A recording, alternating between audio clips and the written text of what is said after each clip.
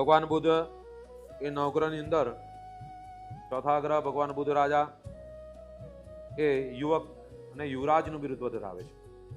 બુદ્ધ એ ચંદ્ર ભગવાનના અને રોહિણીના સંતાન છે. બુદ્ધ જેવો ચંદ્ર તેજસ્વી તેવો બુદ્ધ પણ તેજસ્વી અને પાવરફુલ છે. ખૂબ જ સરસ મજાનો ગ્રહ, એકદમ પાવરફુલ ગ્રહ. બુદ્ધ બધી રીતે આપણને શ્રેષ્ઠ ફળ પ્રાપ્ત કરાવે. બુદ્ધ એવો ગ્રહ છે જે તમારી સ્થિતિ તમારી કુંડલીમાં મજબૂત હોય તો તમારા જીવનમાં કોઈ જાતની તકલીફ જ ના આવે.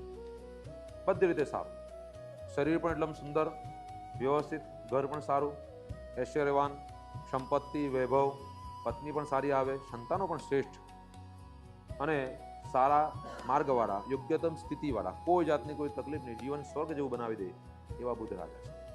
જો સારી સ્થિતિમાં હોય તો, યોગ્યતમ પરિસ્થિતિમાં આપણા કુંડલીમાં બિરાજમાન થયેલા હોય. એ જ બુદ્ધ જ્યારે ખરાબ સ્થિતિમાં આવે તો આ બધાનું વિરુદ્ધ થઈ જાય. સૌથી ખતરનાક અને સૌથી ચીટર લોકો ને ખરાબ બુદ્ધવાળા હોય છે. એ લોકો જે ચીટિંગ કરે છે સૌથી વધારે, અને અત્યારના જમાનામાં જે સૌથી વધારે ચાલે છે કોમ્પ્યુટરાઇઝ જે બધી ચીટિંગો ચાલે, એ બધી જે મગજની ગેમ છે ને બધી, એ આ બુદ્ધ પ્રભાવિત. જેનો બુદ્ધ ખરાબ બગડેલો બુદ્ધ કહેવાય ને તે આ છે ને. એ લોકો ખરાબ રીતે પોતાનું ક્ષેત્રને આગળ લઈ જાય છે, એટલે એ લોકોને જીવનમાં ગતિ હંમેશા ખરાબ થઈ જતી હોય છે. તો આવા બુદ્ધ ભગવાન એ સારી સ્થિતિમાં યોગ્યતમ ફળ અને સૌથી શ્રેષ્ઠ સ્થિતિ આપે, સિંહાસન પ્રાપ્ત કરાવે, અને ખરાબ સ્થિતિમાં સૌથી ખરાબ પરિસ્થિતિમાં પણ સિંહાસન પ્રાપ્ત કરાવે. અને એટલે મતલબ ઐશ્વર્યવાન જીવન પ્રાપ્ત કરાવે, ગમે તે સારો હોય તો પણ ને ખરાબ હોય તો પણ. અને એવરેજ હોય તો એવરેજ જીવન થઈ જાય છે ને. તો સૌથી ખરાબ હોય તો ખરાબમાં ઉત્તમ જવાય, અને સારું હોય તો સારુંમાં ઉત્તમ જવાય.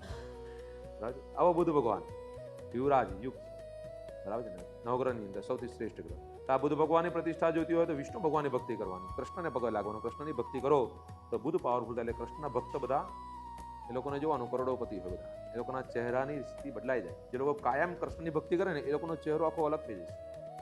આંખોની સ્થિતિ પણ તમે જોજો, આંખ તમને એકદમ સુંદર દેખાય. ધારીને જોજો, કોઈ કૃષ્ણ ભક્ત હોય ને વિશેષ, એના પર બુદ્ધનો પ્રભાવ થતો જાય છે. એટલા માટે એ લોકોના દેખાવ, એ લોકોના વર્તનમાં પરિવર્તન આવે. મીઠું બોલે, એકદમ સરસ મજાનું બોલવાનું, બહુ એકદમ સરસ. ખરાબ કરે તો બી ખબર નહીં પડે, સારું કરે તો પણ ખબર નથી પડતી. એ લોકોને તમે નામ આપી શકો, એ લોકોને મન જ ના ખબર પડે કે લોકો તમારા માટે ખરેખર શું સારું કરે છે કે ખરાબ કરે છે. તમે એના વિશે ભેરવાયા જ કરો. એની વાણીમાં હંમેશા ભોરવાઈ જાઓ. કૃષ્ણ પરમાત્મા આપણે જોઈએ ને ભાગવતમાં, ગીતામાં, હું બોલે તો કોઈને કંઈ ખબર પડે નહીં. જેને યોગમાં જે આગળ હોય તેને જ ખબર પડે કૃષ્ણ શું બોલી રહ્યા છે, એ શું કહેવા માંગે છે. ભાગવત ગીતા જેટલી વાર વાંચો એટલી વાર નવી. તમે એકવાર ધારીને વાંચજો એટલે બીજી વખતમાં વાંચો એટલે પાછું કંઈ નવું મળશે. જ્યારે તમારા મનમાં જે પ્રશ્ન હોય ને તેનો જ જવાબ તમને એની અંદરથી જ પ્રાપ્ત થાય પાછું. એ જ રીતનું તમારે એમાં ઉદાહરણ આવે જે તમારા મનમાં પ્રશ્ન છે. આ કૃષ્ણનું વાણી છે, કેટલી પાવરફુલ હશે વિચાર. આટલા વર્ષો વીતી ગયા, આટલા સમય નીકળી ગયો, છતાં પણ એમાં કોઈ પરિવર્તન ન થયું. એ જ સ્થિતિમાં એટલી બધી હાર્ડ લેંગ્વેજ કે સામાન્ય માણસ ન સમજી શકે. બધા તમે 4-5 વાર 10 વાર વાંચો ને પછી તમને થોડી ખબર પડે કે આમાં શું કહેવા માંગે, આ વાક્યનો મતલબ શું છે. વિચાર કરો એમના પર કેવો પ્રભાવ હશે બુદ્ધનો. કૃષ્ણ ભગવાન ભલે ભગવાન અવતાર હતા પણ એ મનુષ્ય સ્વરૂપે આવ્યા ને, એટલે એમને મર્યાદાઓ નડતી હોય, છતાં આપણે મર્યાદામાં કેટલી પાવરફુલ છે. તો આ બુદ્ધ ભગવાન જેનો પાવરફુલ હોય એ ગમે તેટલા દુઃખમાંથી પસાર થઈને બહાર નીકળી શકે. તો બુદ્ધની ભક્તિ કરવા માટે વિષ્ણુ ભગવાનને, કૃષ્ણ ભગવાનની ભક્તિ કરવાની. શિવની ઉપર તમારે મોસંબીનો રસ કે લીલામગ ચડાવવાથી ભગવાન બુદ્ધ પ્રસન્ન થાય છે. એના જપ કરવાથી, હવન કરવાથી પણ ભગવાન બુદ્ધ પ્રસન્ન થાય છે. તો ભગવાન બુદ્ધને વંદન કરવાના કે મારા જીવનમાં તમારી શ્રેષ્ઠ કૃપા પ્રાપ્ત કરાવજો. ઓમ બુદ્ધાય નમઃ. ઓમ વિષ્ણુ ભક્તાય નમઃ.